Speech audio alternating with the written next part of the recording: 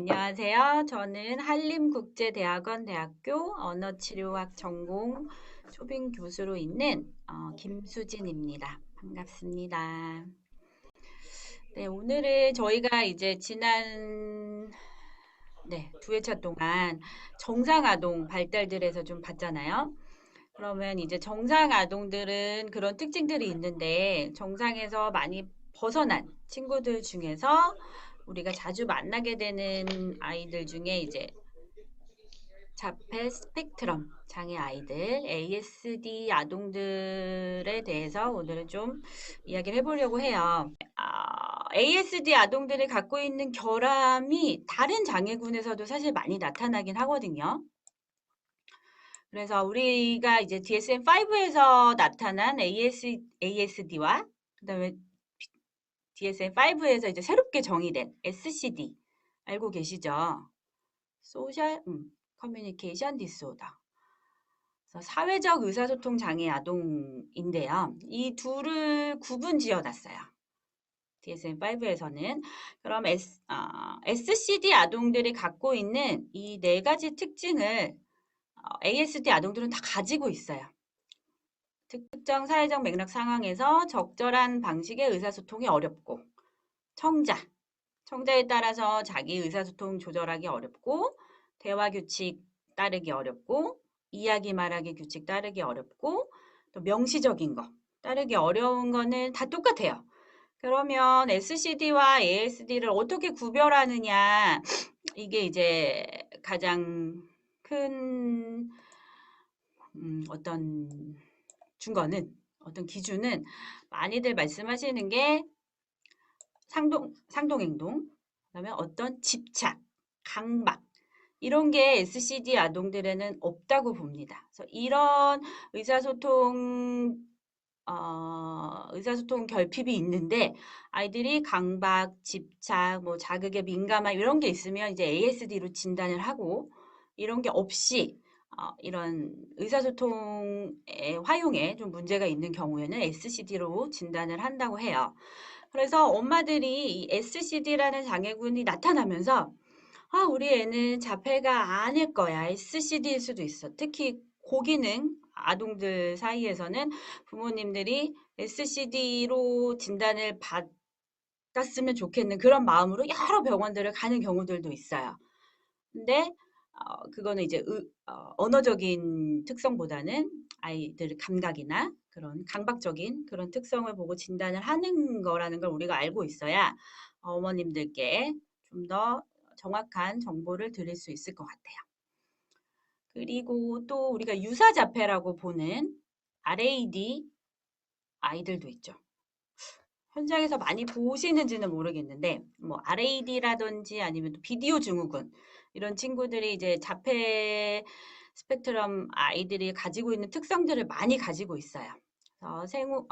눈 맞춤, 호명 반응, 어떤 상호작용에서 좀 결핍이 보이는데 이 친구들은 말 그대로 반응성 애착 장애라 해서 애착에 문제가 생긴 후천적 장애라고 봐요. ASD는 우리가 선천적 장애로 보기 때문에 RAD와 되게 다르게 나타나게 되는데 그래서 생후 초기에는 정상 발달을 하는 경우들이 있고 그리고 어떤 감각적인 민감성이보다는 감정적인 그런 결핍, 소통의 결핍이 있는 경우들이 많이 있어요. 그리고 여기 보시면 타인을 면밀히 관찰하기는 하나, 그러니까 어떤 관심도 있고 조인트 어텐션이 되기도 하고 그런 경우들이 있지만 참여하지 않을 뿐이지 관심은 좀 ASD 아동보다는 더 있다. 이렇게 봐주시면 좋고 다음에 치료 예후도 굉장히 좋아요. 그래서 부모 어, 양 ASD 아동들보다 그 어떤 적절한 자극이 들어가면 예후가 굉장히 좋아지는 경우들이 많이 있습니다. 그리고 가장 또 많이 헷갈리는 게 청각장애 아이들이에요.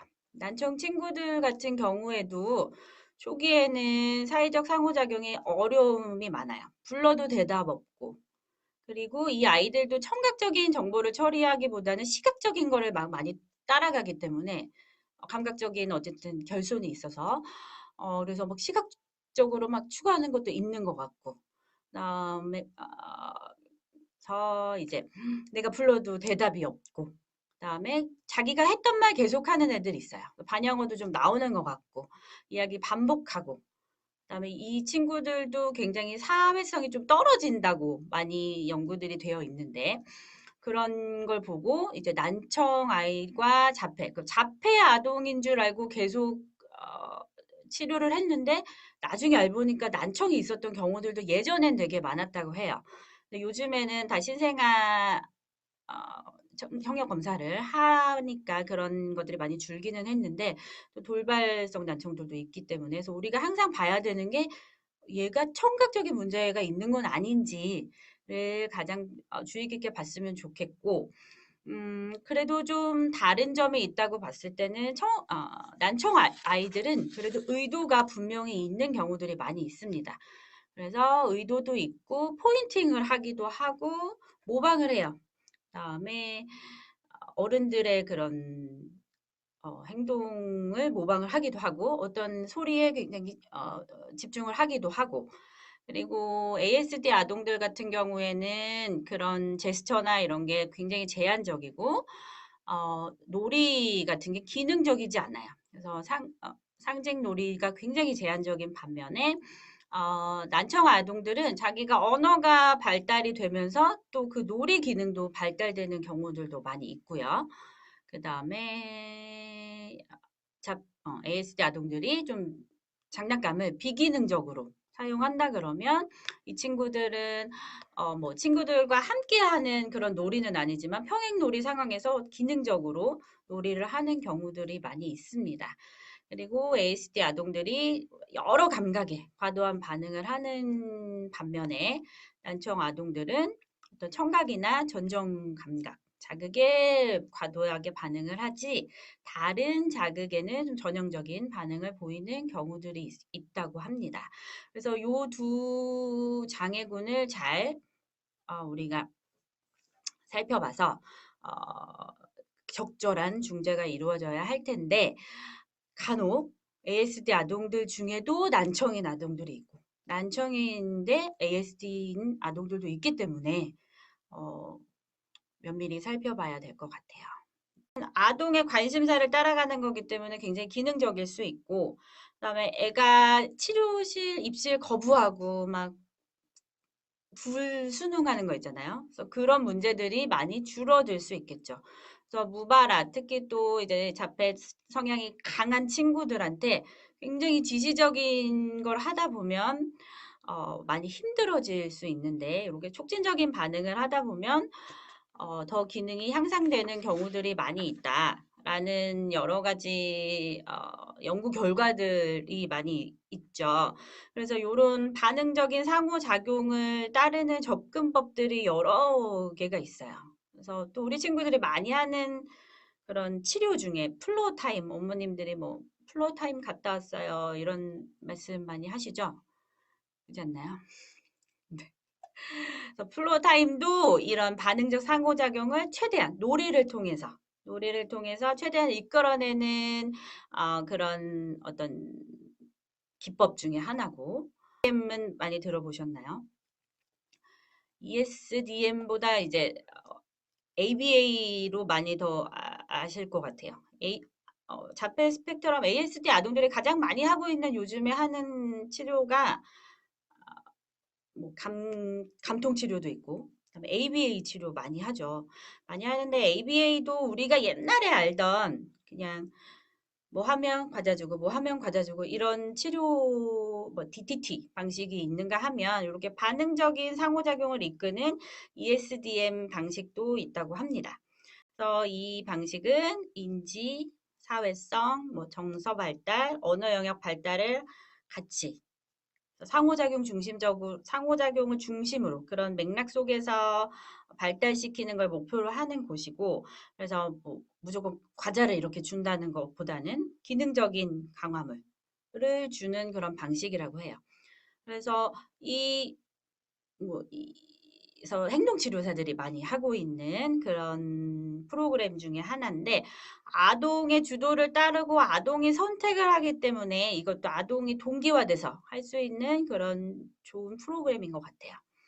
그래서 그리고 서트 또 들어보셨나요? 제가 서트라고 서트라고 혹시 이런 책 독특해도 괜찮아 이 책 보신 적 있어요? 여기에 프리전트 요 저자 이분이 이제 여러 전문가들하고 함께 만든 프로그램인데 저분은 이제 SLP예요. 그래서 사회 의사소통, 그다음에 정서 조절, 교류 지원 요 세 가지를 목표로 하는 프로그램이에요.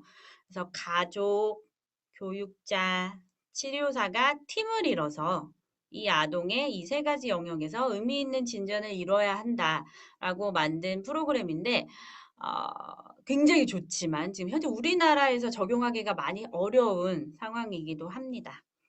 네. 근데 그 방법론적인 방법들은 저희가 가져와서 언어 치료에서 많이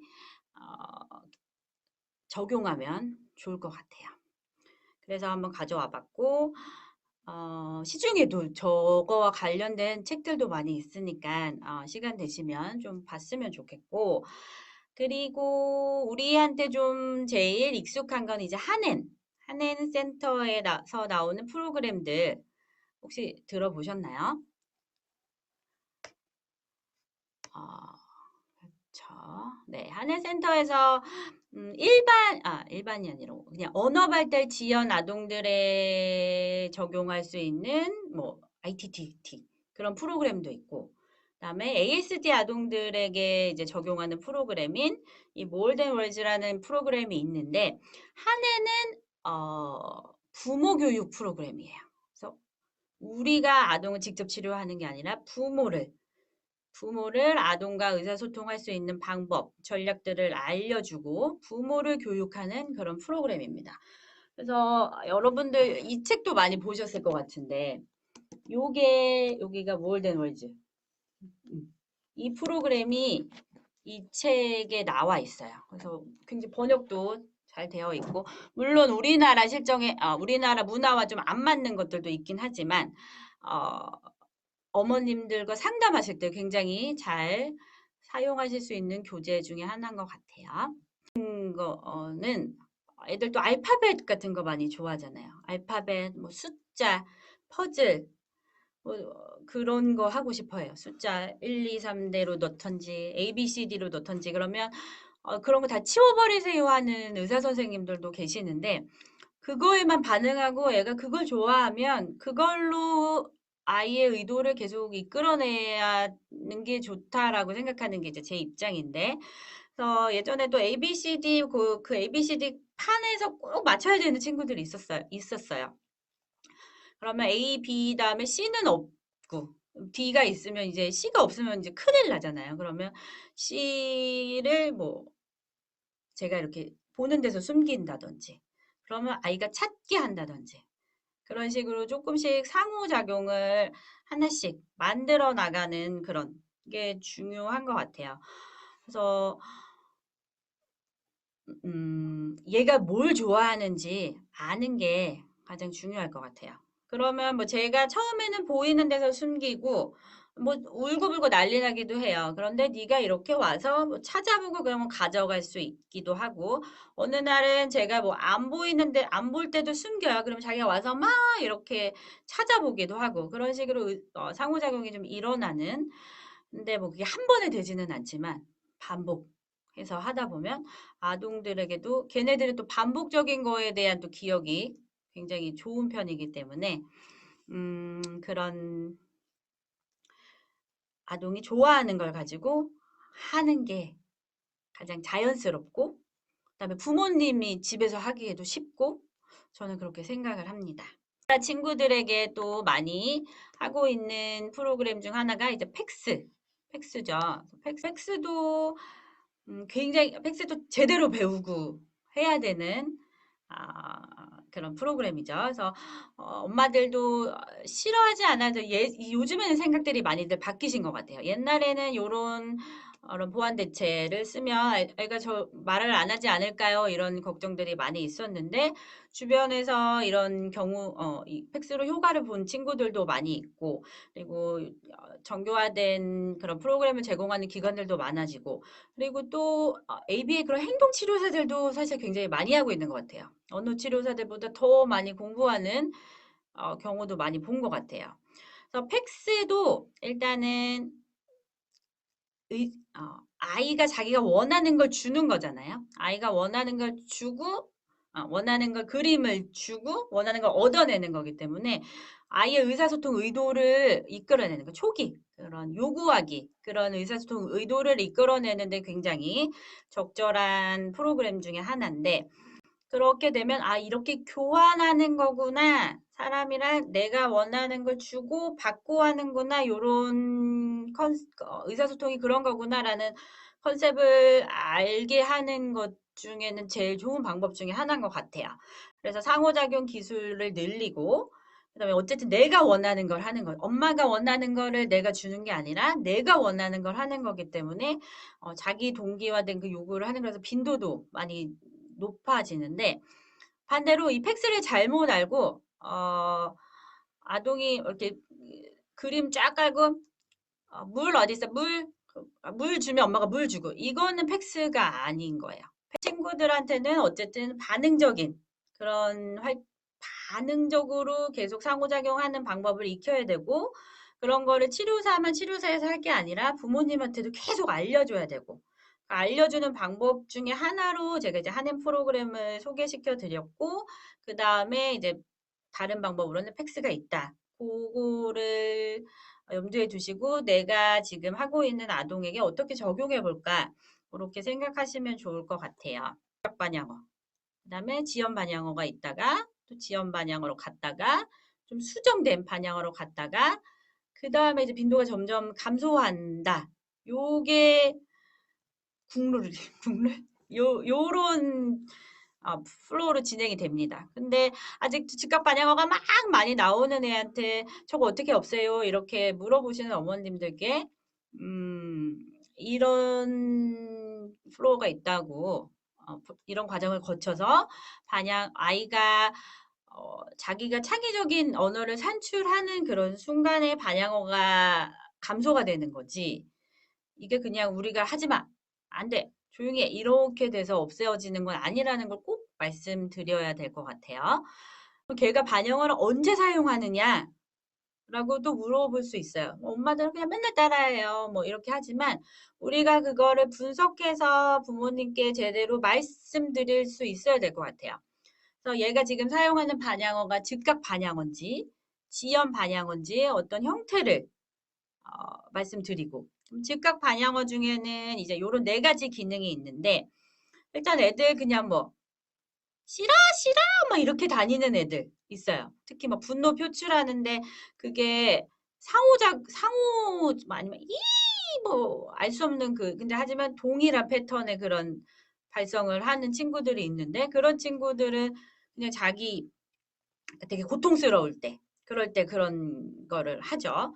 그럼 이거는 아직 상호작용이 일어나는 반향어는 아니에요. 그래서 가장 기능이 낮은 반향어고 그다음에 그냥 언어 이해는 안 됐지만 그냥 내가 물어보면 얘도 바로 반응해요. 그냥 턴 테이킹. 가장 대표적인 게 뭐 물 줄까? 그럼 줄까? 이러는 애들 너무 많죠. 그러면 그거는 이거를 내가 상호작용을 한다는 건 아니라 내 순서니까 말하는 거. 그 정도로 보시면 되는 거고.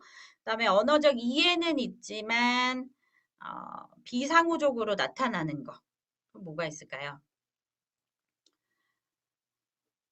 그래서 얘가 아니 뭐가 있을까요? 이름 같은 거? 이름 같은 거, 너 이름 뭐 김수진 이렇게 불렀는데 자기가 김수진 이렇게 말을 하지만 대답한 거는 아닌 거. 김수진 자기 이름 계속 말한다든지 그런 경우들이 있고 그다음에 또 김수진 했는데 김수진네 뭐 이런 애들이 또 있어요. 그죠? 아니면 제가 뭐 책 보다가 또 뭐 멍멍이네 그러면 자기가 이렇게 찍고 멍멍 이렇게 얘기를 하는데 내가 뭐 이렇게 반응이 없으면 이렇게 쳐다보는 애들 있죠. 그래서 상호작용적으로 멍멍하면 맞아 멍멍 이걸 내가 해줘야 되는데 그걸 안 해줬을 때 너 왜 안 해? 뭐 이런 친구들 그런 상호작용으로 나타나는 그런 반향어 그래서 즉각 반영어에도 요런 기능이 있고 그다음에 조금 지연 반영어 나중에 나타나는 반영어 중에도 반영어는 더 기능이 많아요.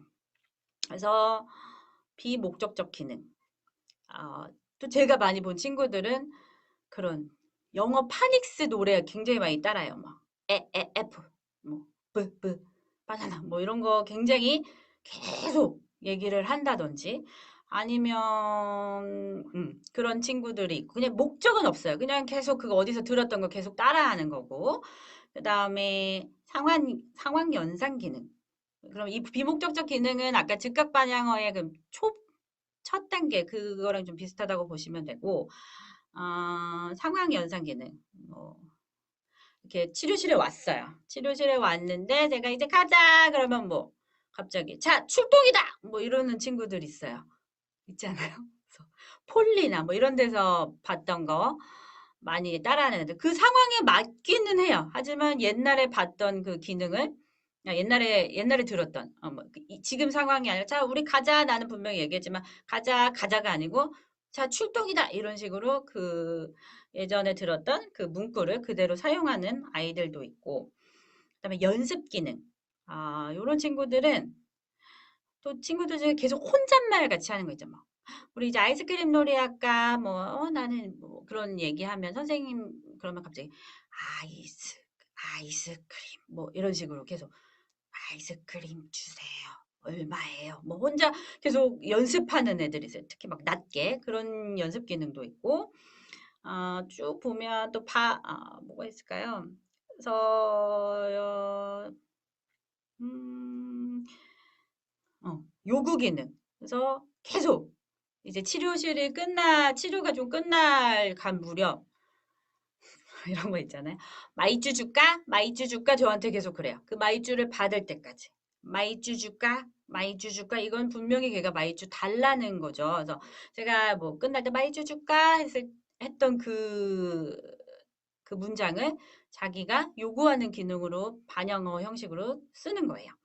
그리고 아까도 말했지만 아까 마라톤에서 나왔던 거 지시적 기능 이런 거 보면 뭐 방구는 밖에서 뭐 요런 거 있잖아요. 너 밖에 나가서 싸라 이런 얘기잖아요. 그래서 그런 지시적인 기능도 있지만 이것도 반향어 형태로 나타나는데 그래서 아이가 반향어가 많다고 반향어를 이 아이는 반향어를 사용합니다. 이렇게 말하는 거라 이 아이의 반향어는 뭐 어떤 형태인데 즉각 반향어인데 아니면 지연 반향어인데 이러이러한 기능이 있을 때 사용합니다. 라고 말해주는 거랑 굉장히 다르죠. 그래서 요런 기능이 있다라는 걸 알고 부모님께 또 말씀드리고 요런 기능 그러면 얘가 마이쮸 줄까라고 하는 기능을 그렇게 사용하는 거를 이제 어떻게 우리가 적절한 반영어 형태가 아닌 걸로 이끌어 나가겠다. 얘가 할 수 있는 말을 가지고 이끌어 나가는 게 제일 쉽습니다. 얘가 못하는 걸 가지고 우리가 하려 그러면 굉장히 어렵거든요. 그래서 반영어도 우리가 많이 분석해보고 그걸 활용해 보면 좋겠다라고 생각합니다. 네. 그리고 아까 전에 잠깐 언급했던 SCD인데요. 그래서 아스퍼거 아동들이 그럼 SCD냐? 이런 질문들을 많이 받아. 아스퍼거라는 진단명이 사라졌기 때문에 그러면 우리 애는 옛날에 아스퍼거였는데 그럼 얘는 이제 SCD예요? 그래서 어떤 한 연구에서 DSM-4와 DSM-5를 비교했을 때 예전에 DSM-4에서 자폐증으로 진단받은 애들 중에 1%만 SCD로 진단을 받았고 아스퍼거라고 진단받은 애들 중에 6%만 이제 SCD로 진단을 받았다고 해요. 그리고 그다음에 전반적인 발달장애, 그러니까 뭐 좀 자폐 스펙트럼, 자폐증도 아니고 아스퍼거도 아닌 다른 자폐 아이들 중에는 22%. 그러니까 요런 자폐적인 두드러진 특징이 없는 경우들, PDD, NOS 요 아이들 중에서는 이제 SCD로 받은 아이들이 비율이 높기는 했는데 그나마 어, 그 SCD와 자폐는 확연히 다르다. 고기능 자폐 아동들이 나중에 SCD인가요? 요렇게는 잘 안 간다. 라는 거를 아시면 좋을 것 같아요. 이런 아동들을 촉진하는 방법들은 또 여러 가지가 있어요. 그럼 내가 요즘에 우리 뭐 화용 언어 이렇게 책들 같은 것도 많고 선생님들 만들어 주시는 너무 좋은 자료들도 너무 많아요. 그래서 그걸 그냥 갖다 쓰는 게 아니라 아샤에서 다 홈페이지나 이런 문헌들에 보면 그런 코믹 그러니까 우리 만화 막 말풍선 채우고 이런 자료들도 많잖아요. 그런 것들이 다 효과가 있었다라는 그런 근거 하에 이런 활동을 하게 되는 거기 때문에 내가 만약에 이런 활동을 할 거면 그냥 교재를 보고 하는 게 아니라 이거에 대해서 한 번이라도 한번 좀 읽어보시라고 제가 가져온 거야. 그래서 한번 읽어보고 요렇게 해봐야 되겠다라는 나는 요 전략을 아니면 요런 프로그램을 해볼 건데 그럴 때는 어떻게 해야 되는구나라는 가이드라인들이 아시아 홈페이지에도 많이 들어있고 선생님들 만들어 놓은 교재나 이런 앞에도 이런 좀 근거들이 많이 있을 거예요. 그래서 그런 거를 좀 꼭 읽어봤으면 좋겠고 또 고기능 자폐 아동들에게 또 많이 하는 게 그룹 수업 엄마들도 애들이 이제 말 시작하면 그룹 수업 안 해요? 사회성 수업 안 해요? 뭐 그룹 수업 해야죠. 이런 거 많이 얘기하시는데 일단 개인 얘기에서 해야 되는 목표 그리고 그룹에서 해야 되는 목표가 확연히 다르고 아이한테 어떤 특정 의사소통 기술을 가르쳐 줄 때는 개인 회기가 제일 효과적입니다. 그거 일단 선생님과 1대1 상황에서 되고 부모님과 되고 가정 내에서 되고 그랬을 때 그거를 이제 그룹에서 자연스러운 상황에서 연습을 하고 이거를 다시 학교든 어떤 일반적 그런 사회적인 맥락에서 연습을 하도록 하는 게 맞고 얘는 자폐 상호작용 능력 떨어져 그러니까 그룹 해야지 이게 아니고 어떤 명분을 갖고 꼭 진행을 했으면 좋겠습니다. 네. 그러면 이제 여기까지가 오늘 제가 준비한 자폐 스펙트럼 장애 아동들의 어떤 치료 우리가 하고 있는 이야기들을 좀 나눠본 거고요. 네. 그리고 저희 한림대학 국제대학원 대학교에서는 또 후기 신입생들을 모집하고 있으니까 관심 있으신 분들은 네, 꼭 한번 지원을 해보셨으면 좋겠습니다.